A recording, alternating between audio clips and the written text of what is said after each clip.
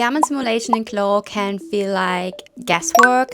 You tweak a setting, you lower the particle distance, and just hope that your computer is not overheating. Sounds familiar? That's exactly why I built this tutorial. Last week I gave a workshop to students at Fashion Tax Europe, teaching them how to simulate garments for a digital runway project. And today I'm sharing exactly the same workflow with you. Step by step, I will walk you through how to set up garment parameters like UVs, normals, particle distance, and fabric properties, how to use settings of the animation window to create smooth and dynamic motion, and pro tip, how to clean up your garment so it looks polished and professional, ready for animation. So if you want to stop guessing and start creating garment simulations that move like AAA studio production, hit the subscribe button right now. I post weekly content and tutorials about digital fashion, so you don't waste your time searching for solutions.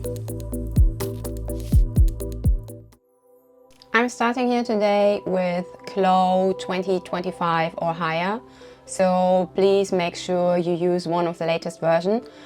CLO made a major update from 2024 to 2025, and there are kind of like some changings in the user interface as well with the settings, which makes the workflow even easier. So it's really good. The changes are very good. If you're not sure what CLO version you're using, you always find the version here on the left corner in the window. So I opened CLO. I also opened my garment file. This one is already in the pose where I want to start my animation / simulation of the garment. It could also be in an A pose or wherever you have your garment ready. And before I do anything else, I save my file as a new project because I don't want to kind of like damage my original file.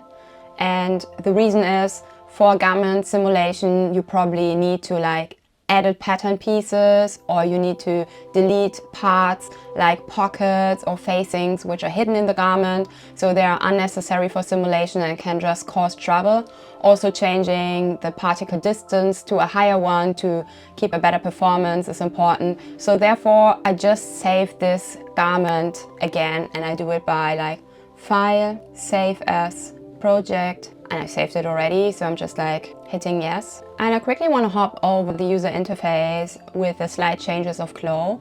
So first of all, I have automatically opened this USD layer window here on the side. If you don't have it, you will find it here like hidden in this tab list. I'm just like closing it because it's unnecessary and we don't need it. And then also coming here to the tab bar, where we find now also animation and animation editor. This is important that you access now the animation mode via this tab. Before it was like this little toggle thing where you could open animation and also your UV layout. Now it's kind of like hidden here, so both of them you find in the upper tab list. Also important for garment simulation is this little arrow here.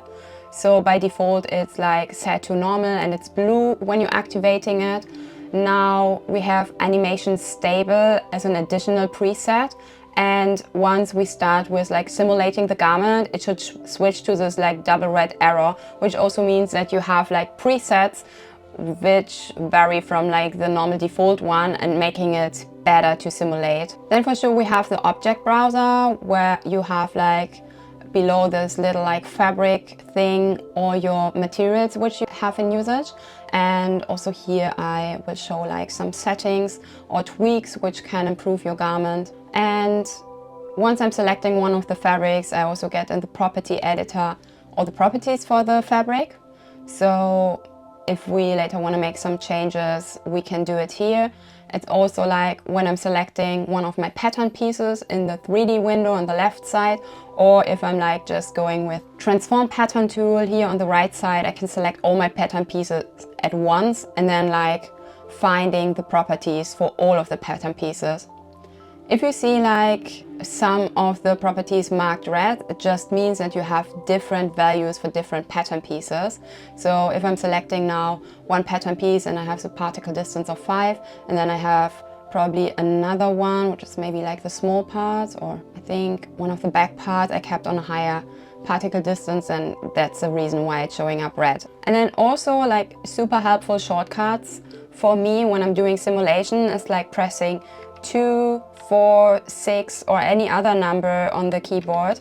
It changes the viewport and I can easily access like the side view or the front view and arranging things. So it was a long time that I was not aware of this like shortcut, and it's like super helpful, especially if you scroll too much out or in of your garment. You can find it back by like just pressing 2. And what I also think is very helpful are shortcuts which I usually use is like Shift A to hide the avatar.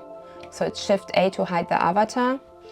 Or I can also select like pattern pieces and press Shift Q, and then the pattern piece is hidden. So I can access easier like inside parts of my garment. And for sure you can always also select one of the pattern pieces, make a right mouse click, and then kind of like have the same settings here. So for example, strengthen, solidify, freeze, everything is kind of like here also in the menu. Same as if I select the avatar, make right mouse click, I also find like hide avatar. But with a shortcut it's way easier. So I created a full document about like this workflow, and one thing I want to show is what I usually create in the beginning when I have a workflow is like a cheat sheet. It was one of my colleagues at Hugo Boss, Aubelia, I think, who introduced this to me, and I thought it's really smart. It just like with bullet points you can check like all the presets you have to do before starting simulation, and it's so helpful because normally I'm like working on a project and then I think like, oh, everything is finished, and I start simulation and it takes probably a few minutes to wait, and then I just check like, oh, but I forgot to make this setting or that setting. So that's why I created this cheat sheet, so you can easily now do a screenshot of it if you find it's helpful and setting up your own. So mainly the cheat sheet is really like upfront the bullet points I check before I hit the simulation button. In my case it's like check fabrics are set correct, delete unnecessary pattern pieces, mesh type set to triangle, check avatar properties, turn off solidify, freeze pin needles, check if sub-layers and layers are set correct, additional thickness collision 2.5, thickness of the pattern pieces, particle distance between 8 and 14, normals are correct and UVs are cleaned up. And I will go to each point separately in this tutorial, but just like that you have an idea what I'm checking before, because yeah, it's often happening that you press the simulation button and you want to change probably the setting of the thickness, and then you need to like do the simulation again, even it worked super well, and that's like annoying and your full simulation is lost at the end. So I switch back to my CLO window, and the first thing I'm checking, and this is probably even before or after, I deleted all unnecessary pattern pieces. So I think first checking like if they are kind of like double layers. So for example, for this waistband, it could be annoying to have like an inside layer. You probably need it like before, but now it's like unnecessary. It's really good to like delete it, because otherwise you have too many layers which are intersecting, and then probably something is like popping out during the simulation. So after I deleted all my pattern pieces, which are unnecessary, I probably need to clean up my UVs again. And I'm just quickly hopping over this, just so you have an idea, but I'm not explaining it in detail.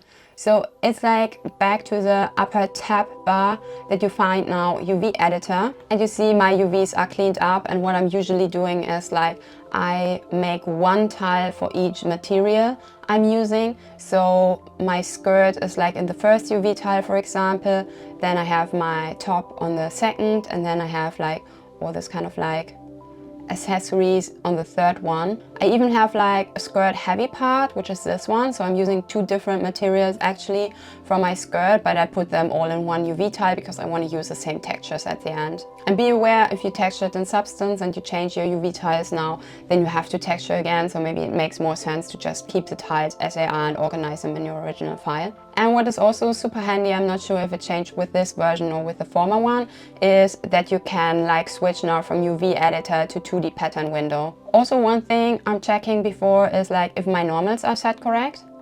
And probably you sometimes wondered if you open your garment file and then something like this is happening. So I went here to this little toggle toolbar on the left side and went from thick textured surface to textured surface.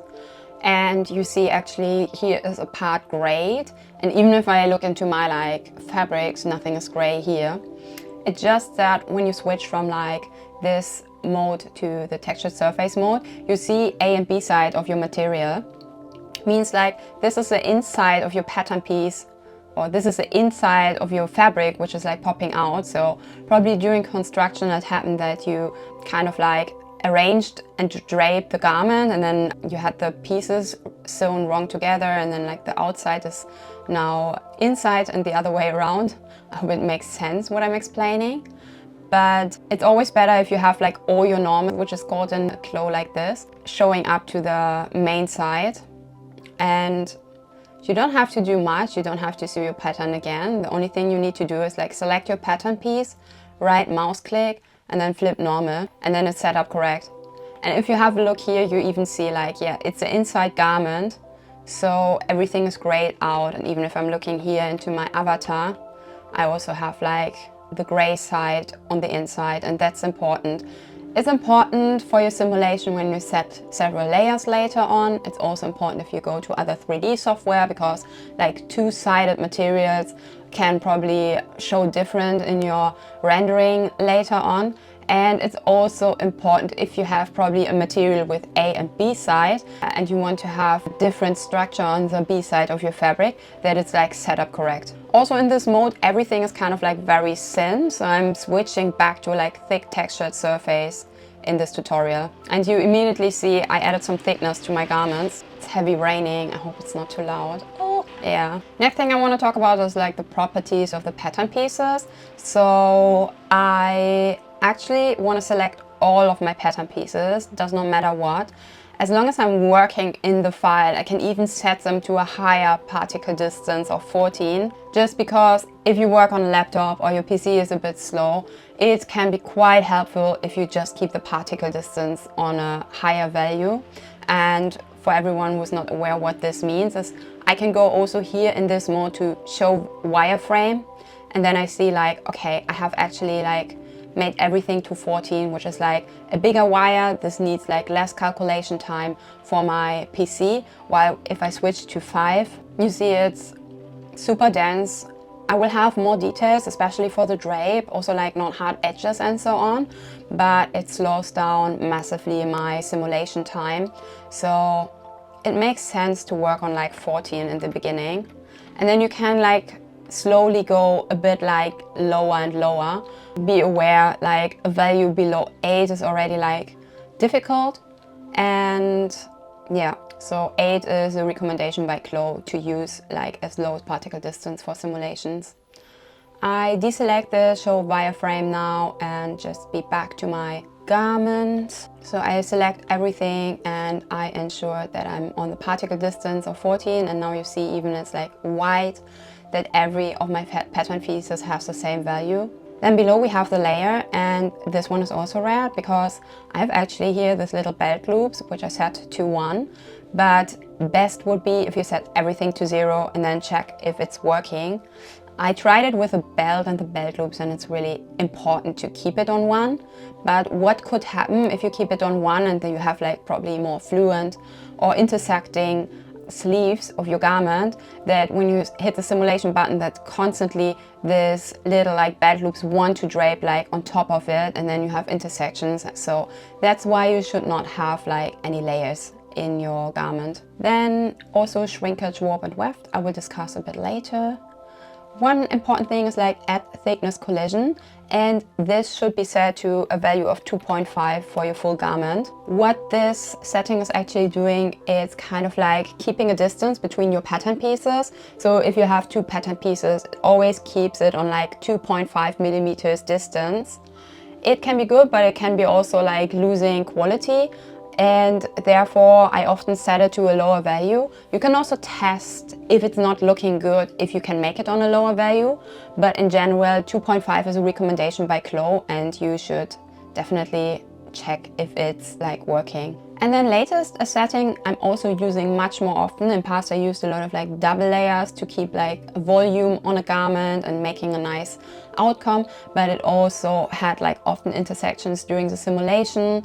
It was kind of like jittering during the simulation, so it was not like the best option. What I'm using now is kind of like thickness for my garments, and yeah, be aware that you still have double layers, but they're really close to each other and they act more stable during simulation. So it can be good, but it can be also bad if you're kind of like rigging your garment. It sometimes has a downside. First of all, the file size is very big, but also you can, due to the rigging process, have issues that your under double layer is popping out to the top. But for my use case, it's perfect because I don't want to have like a double face for my bindings here. So I just selected the pattern pieces and added some thickness. In my case, I even used 4.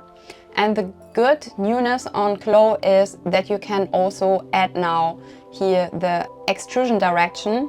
So I always keep like both. That means like the thickness is going to both directions. You can also do it to the inside or outside. So I'm like forward or backward, and then you see like when I go to forward I'm really having this heavy edge here, and if I go to backward everything is plain and I just have like the inside, which can also be good like when you're modeling something which you want to rig, but yeah, I don't go in detail for this one now.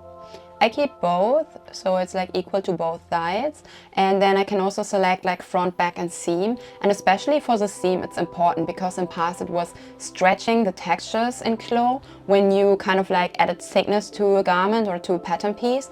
And now with like the seam face you also get like some little extension on your garment.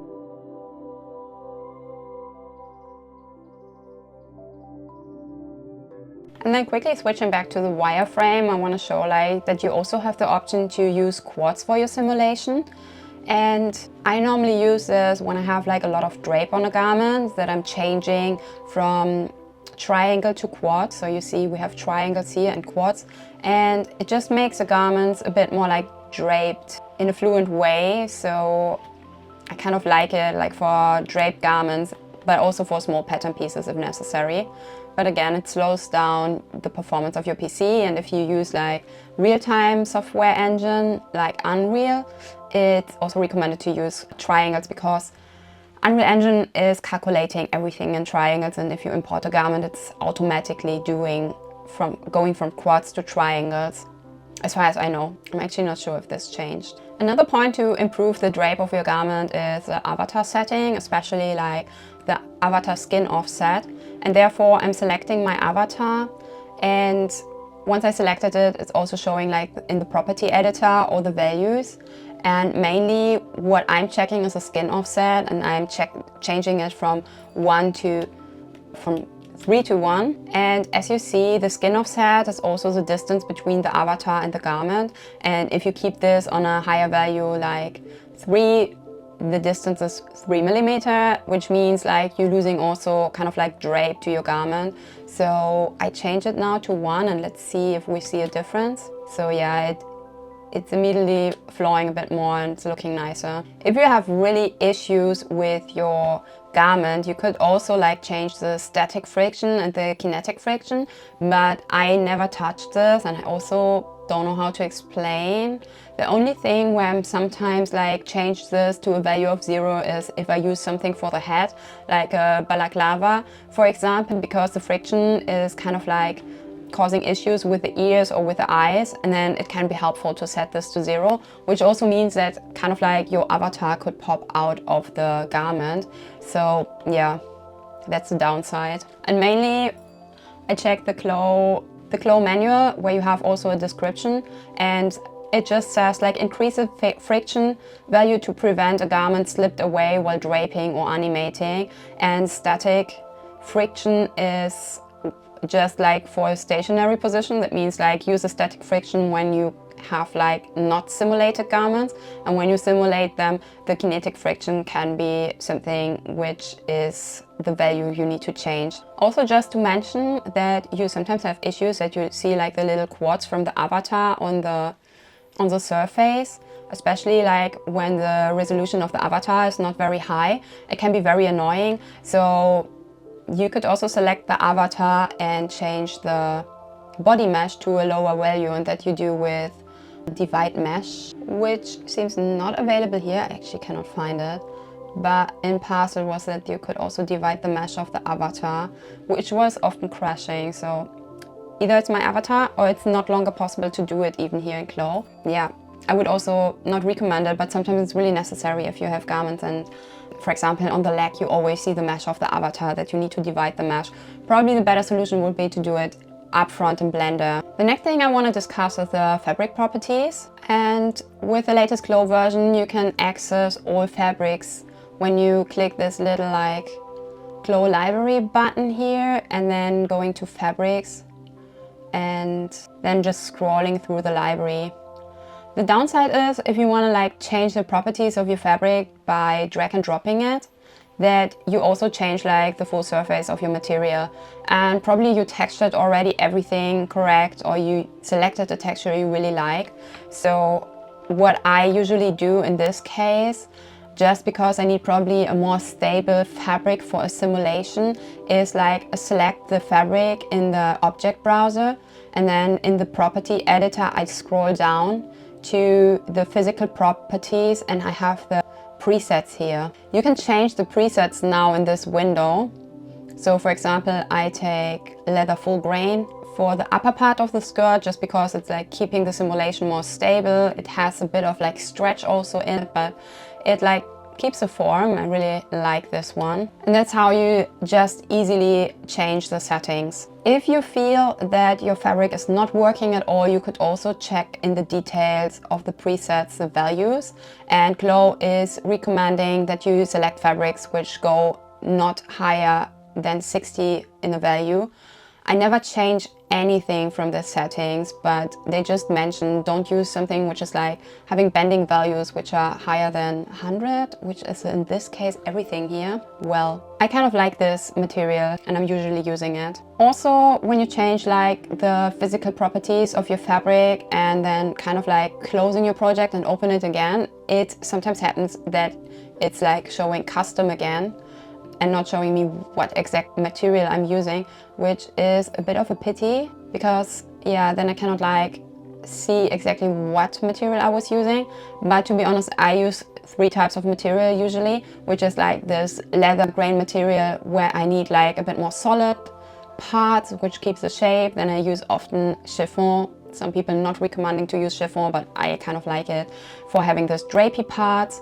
And then also using probably jersey French terry material for the top, also because it's like keeping more the shape than like a thin material. And yeah, once you found your perfect material for your simulation, you can use it.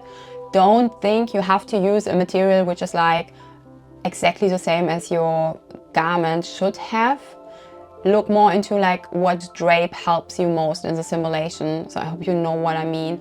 For example, if you have kind of like a very thin piqué jersey material and you just see that it's kind of like stretching and bending too much on your body, then go for something which is probably in real life heavier but having the physical properties which kind of like fulfilling your needs. So mainly this was part 1 where I just go over the basics, and now I would go to the animation window. Before we adding an animation to our avatar, I would propose to save this project once again, because this is kind of our base file now, which we can reuse again and again.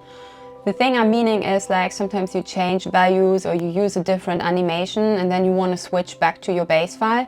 That's why it would also be better probably to have it like in an A pose or T pose, which you can use like for all kind of like simulations and animations. So I'm saving my file now again with like file, save as, project, and I'm like just calling it my file name underscore animation and then 01. Or if you have like a special animation like a walk cycle, you can also call it like animation underscore walk cycle 01 or something like this. But this just helps, like sometimes even your file is breaking during the process. So it means like you simulated your garment and you're somewhere in the timeline and then you want to switch back, but you lost kind of like the simulation of the garment and you cannot easily switch back the position.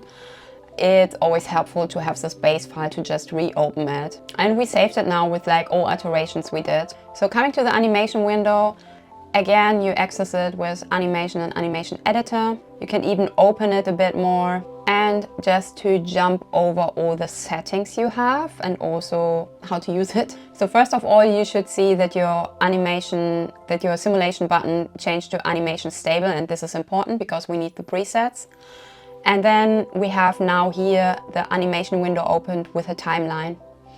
I already added my animation to the avatar, and if I'm starting it now, you see that the avatar is moving. I could even press the play button here and you see like, oh, it's just the avatar who's moving. This is because we first need to record our garment simulation. So CLO needs to calculate, like based on the animation of the avatar, how the garment would behave in the physical window. And therefore we have this little record button.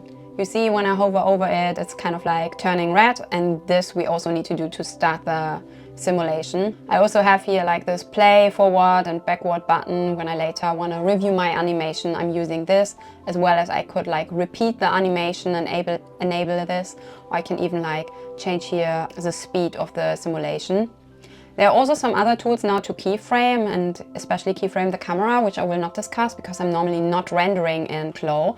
But if you kind of like use CLO as your render engine, this is something which I'm not discussing here, sorry. One very important thing is simulation quality. Here, as said, this is our preset, animation stable. You could also switch it here. And you see already that something is changing. It's the iterations of the simulation which CLO is making. So with the default, we just have 1. And with animation stable, we have 4. And what does it mean is like CLO is running 5 times the simulation and take the average best out of it. This really helps to improve the quality of your garment simulation. And I will show you this as an example. So if I go back to normal and I just press here this little record button, you already see like how much everything is like jumping around. It's a nightmare. So I go here, also in the timeline, I see now that I have an additional like timeline now for my garment. So this one is for my avatar, the gray one, and the red one is recorded from CLO. I can select now this little like number and move it back to the beginning. I could also use here this little arrows to immediately move to the beginning of my simulation. And now I'm switching from normal to animation stable, and I'm pressing the record button again. What you also actually see is the time CLO needs to calculate the simulation here on the left side.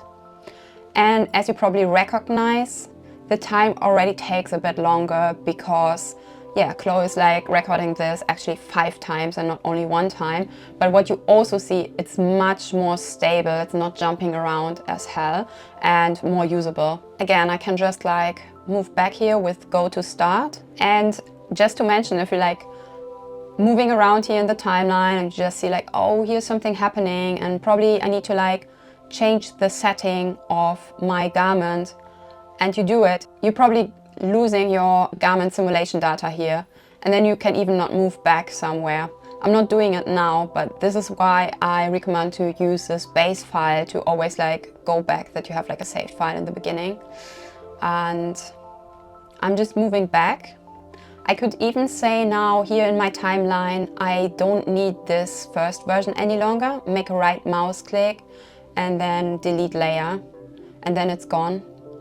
I would recommend it doing it at the end of your simulation process because it's taking a lot of space, especially when you save your file. It's getting bigger and bigger as more garment simulation data you have saved. Also on the right side, you see the configurations, which is also new to this CLO version, that you see it here on the right side. I think it was before on top.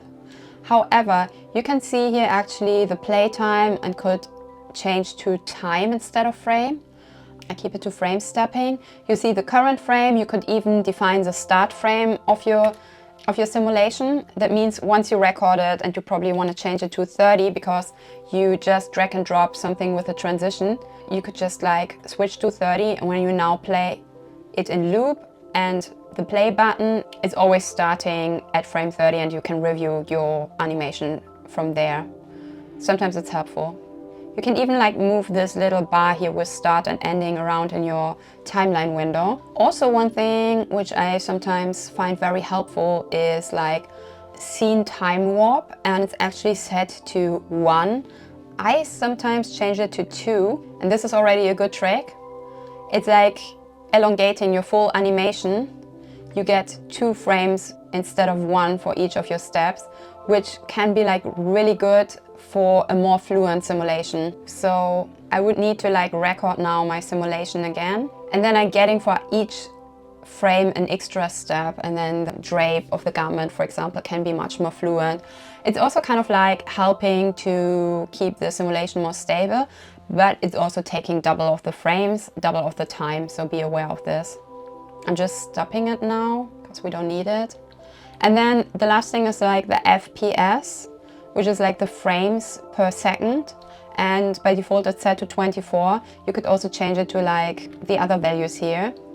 And just make sure if you use another render engine, so for example you go from Unreal or from Blender, and you have like a frame rate of like probably 30 or 60, that you set this value exactly as your render engine animation would be. So for example, if I didn't set this to like 60 and I would import my animation, the frame rate would be different. I would probably need to like select preserve frames, and you first need to like select preserve frames and then like import your animation. So it would be like 60 preserve frames and like importing your animation that it's keeping the same frame rate as your original. Best is not to play around with it. And quickly how you get your animation into CLO. In my case, I got it from Unreal, so I'm showing the workflow somewhere else in a different video. But it's also like when you go File, Open, and then like Joint Motion, you can open your simulation file. You can open an FBX, which is like having this animation included. So there are different ways, which I'm not discussing here. Last thing, you also see like here in the lower timeline that you have this little bar where you can like review your full animation. By default it's set to 300, but if you have like longer animations, you could also type the value in of like your animation plus a few more frames, and then you can also fit it horizontally that you exactly have like the 600 now in your timeline. If you have like 600 frames in your animation and it's not like showing up properly, you need to change this value. There are also simulation properties which you can change, which are connected to this default settings, and you can access them either by like changing your arrow default to animation stable, and then on the right window you see here are also some presets done. I change it back to animation stable, and mainly again it changes here the simulation frames. You can also go by right mouse click. If you right mouse click into the empty space of your 3D window, you can access it and like going to simulation properties, and then this window is also showing up. Some values which can help you to improve your simulation is, for example, like the air dumping or the self-collision iteration count. Normally I'm never touching this, but what I do very often is like setting my gravity to a lower value, higher value, whatever. So by default it's set to minus 9,800. I'm going to minus 4,000, and why I'm doing it is the gravity is not impacting the garment so much, and it can kind of like flow a bit more and like not always like, yeah, being like pressed down by the gravity. And this I use quite often. And then also what can sometimes be helpful is that you have in the simulation window also the ground which you can open, and it's always set to a collision. But if you have a long garment which is probably like going a bit up, or you probably just want to render the garment without an avatar, so it's kind of like more flowing in the air, then it can sometimes be helpful if you set the collision off. Just be aware that the color of your arrow is changing back to this default, but you keep all the other settings. If you change the settings again back to animation stable, then the collision is also always set to like on again, so you need to like change it every time manually. Be aware of that. Other than that, yeah, I just keep the settings as they are. And that's it for the animation window. I would go now to my little special tricks which I'm sometimes using. So coming to the issue log, or most common like tricks I would give to kind of like stabilize an animation. Starting with strengthen. I see most often that people are kind of like start to, oh god, it's so loud. Most often what I see is that the garment is kind of like not behaving in the simulation and jumping around, and then strengthen every pattern piece to just like get a good result is probably helping for like just getting the simulation ready, but not helping to kind of like get a good look. So sometimes I'm doing it, especially like for small pattern pieces, or like probably for this cuffs, thinking of like strengthen it to just like keeping them in the shape as I want. But yeah, if I would start to like strengthen also this part, these parts here, it's kind of losing the drape and like also the beauty of the garment. So there are some other tricks which you could do to kind of like keep your garment stable. Oh, and by the way, if you want to strengthen, you can select your pattern pieces, right mouse click and then strengthen, or this is like the most used shortcut for me is Control H. But what I recommend more is like to stabilize your edges and the jittering with the seam taping tool. And this you can use for each pattern piece if you want, like, especially I used it here for the yoke or for the, I don't know how to call it, waistband.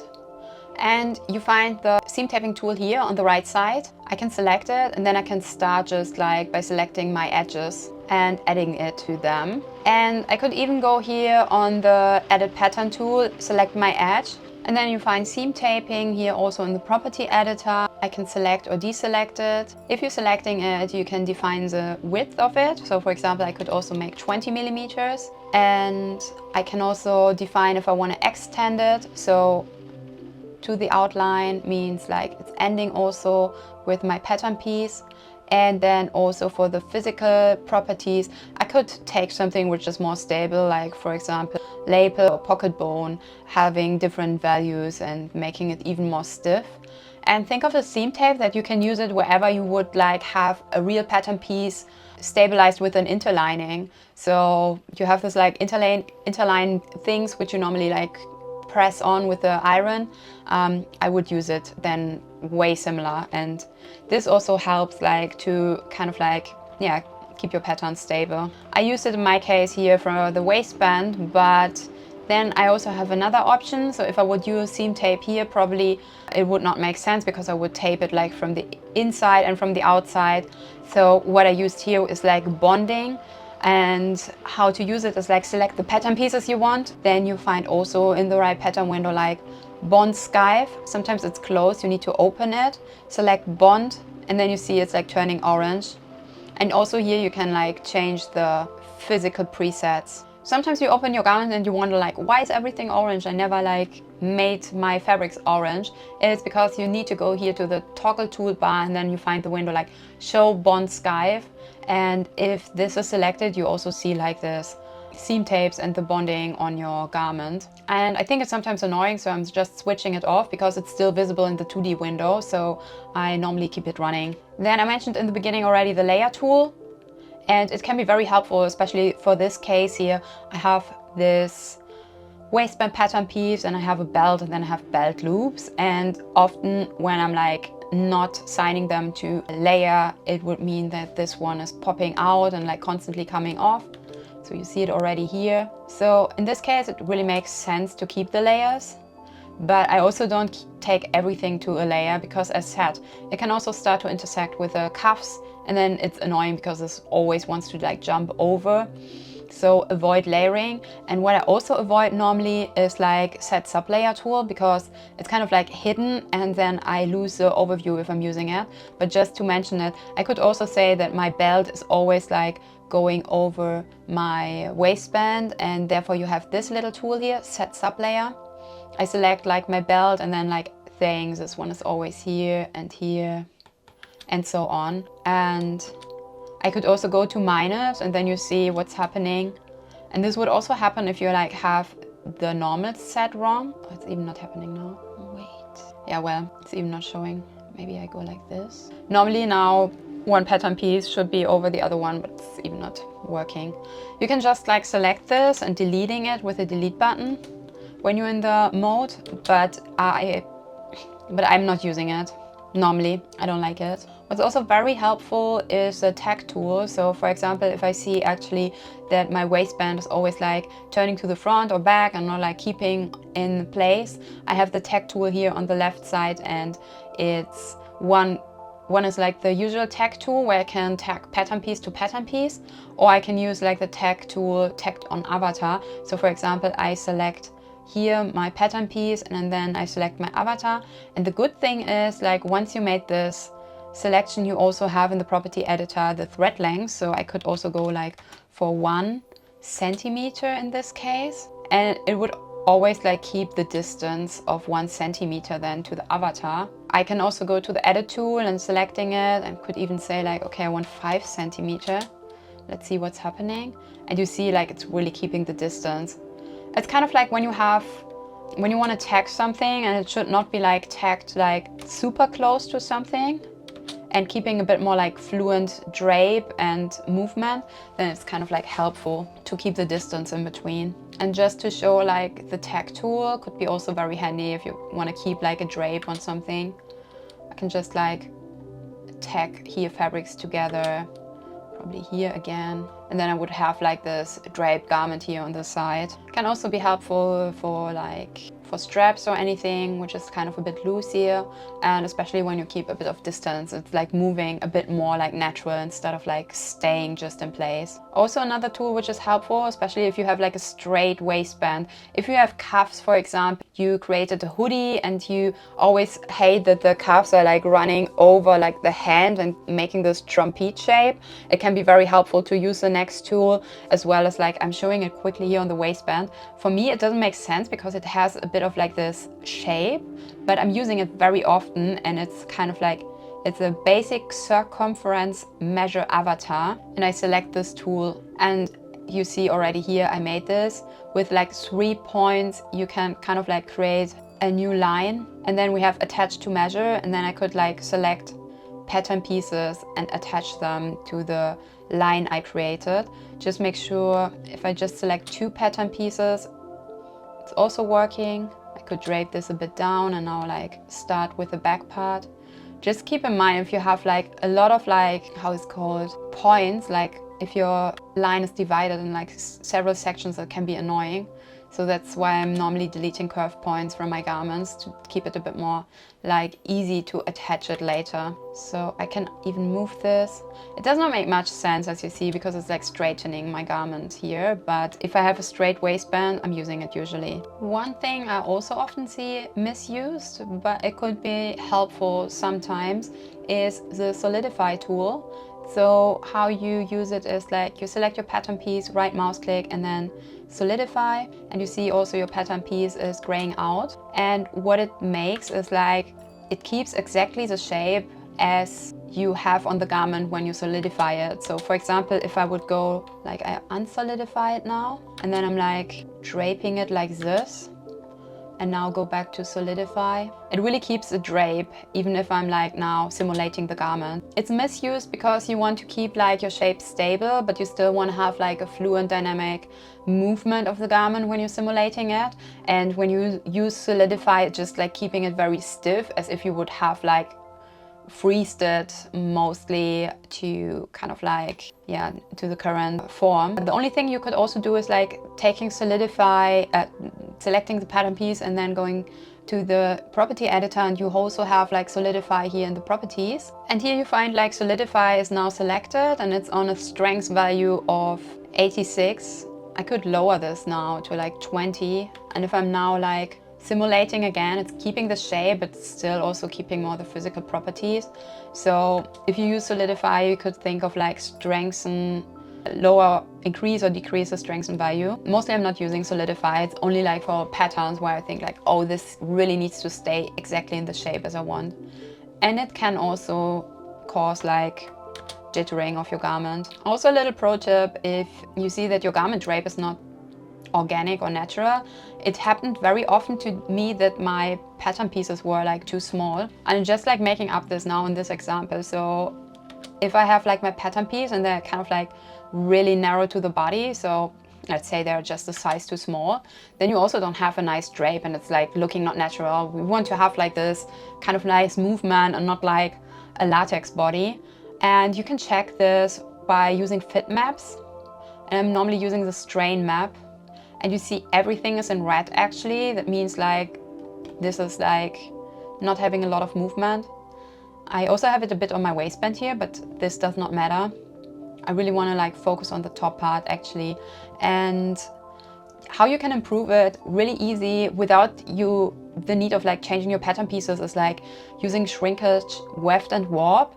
Because yeah, sometimes you just need a little bit of like extra volume, but you start to like kind of like grading your garment and then you need to like make it completely new. I mostly go to like shrinkage, weft and warp and then like enlarging it to like 10% or something. And then you see it's already like way better. It's having less like red values. Still for sure it needs to be a bit tighter probably here on the chest part, but we have the drape back here on the belly and it's still very natural. So be aware when you use like this shrinkage values that your texture is also like enlarged or shrinked. That means like, yeah, if you go like plus minus 10%, it still looks good, but if you go higher, it can be like that your pattern texture is blowing up and then it's not looking good. So yeah, be aware of that, but it's a quick fix which I like to use. Also, what happens very often is probably that and if you want to get rid of this mode, you need to go back again and like select or deselect it. Also go back to thick textured surface. Sometimes this is switching back to textured surface and then it looks kind of more weird. Also one thing which is like often happening during simulation is like probably the intersection with the hand and the body. And I think when I, for example, now activate the wind simulation, and I'm like simulating the garment again. So the wind is now forcing the garment a bit more like to the left or to the right side of the avatar, and you see like now this intersection of the hand is happening, and I could now like start to change my animation of the avatar, but at the end we really need the hand position there. And I found an easy fix to improve it is just to like set your animation stable to a higher value of like, or simulation quality to a higher value of like 10 or even 12.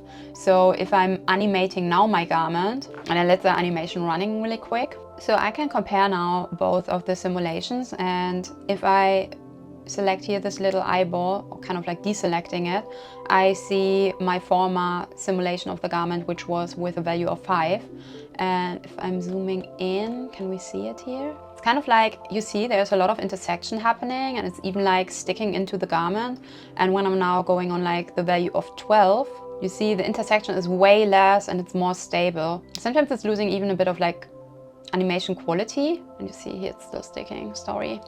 But it works in general way better if you have like a value which is higher, but it's also like increasing your animation simulation time, simulation recording. And by the way, if you want to stop your simulation in between because you see it's not running, you can always hit like this record button again and then it's stopping and you can just delete it. What could also help for this issue is to create a little glove. So I have an example. I don't want to open the project, but you could create like little pattern pieces like gloves. You could create gloves for your avatar, and I hate to use it because it's also having issues and kind of like intersecting.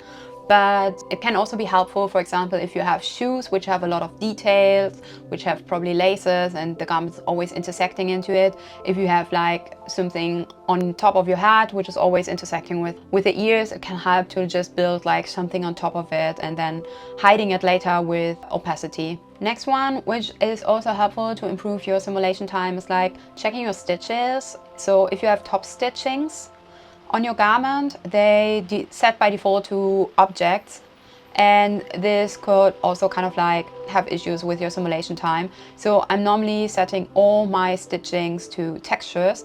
So therefore you go to like your stitching tab here, select your stitching, and then you have like the properties, and then I'm going like from object to texture, and this could help already. And this I also show in my document because it's easier for me, but I wanted to like also quickly discuss trimmings. With the latest CLO update, it allows you to simulate trimmings way better. I'm actually not sure how it was in past, but I was just like for a latest project like simulating buckle on a garment and it was constantly jumping around. So how to improve it is by selecting the buckle, and then you could see in the simulation, in the property editor on the side, that you set the collision thickness to a lower value. So in my case, I used just like 0.1, and then it helps already to like improve the jittering, because if this is a higher value like of 1 centimeter or so on, it always want to like, yeah, have this kind of like move away from the garment. So this is helping and improving a lot. Also make sure with this little bottle tool where you attach your trimming to your garment, because it really depends on like, yeah, if you simulate like this belt, I would need to attach it to something like close to the belt and not like, so I think the common mistake is that you just like select your trimming and like placing it somewhere in your 3D field, but it's not attached to anything, and then it's not working in the simulation.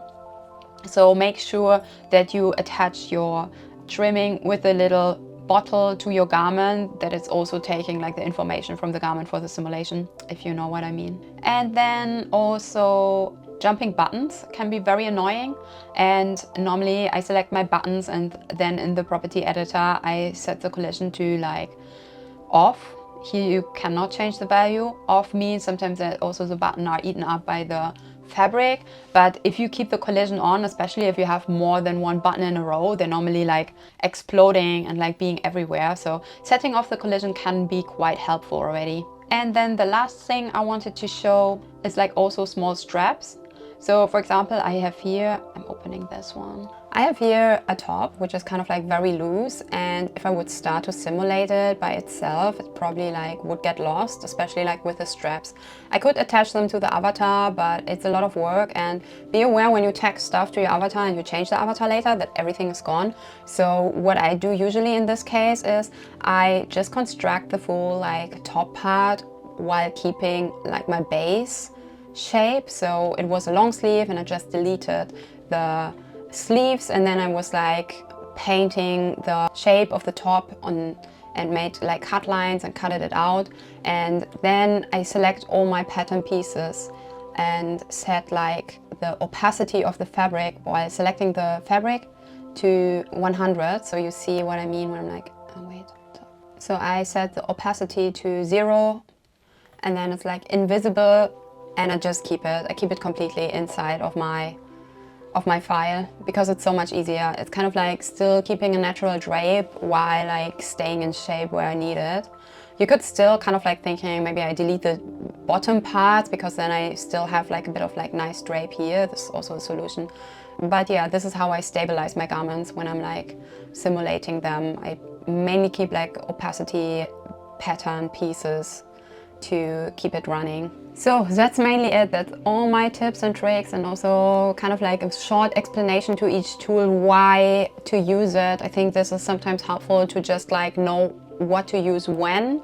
I hope this was helpful for you. I'm just saving my file now and then continue. Some hours later, I lost a lot of my makeup and also my headband. And also it stopped raining, we have now sun. So you see, I shut down my shades because who needs sun? Yeah, I want to share with you my final result. I hope you learned today how to set up your garment, learning some tweaks and tricks. And if you want to keep on building on this tutorial, you should also check my next video, which will be about wind simulation and clarify all the mystic settings inside.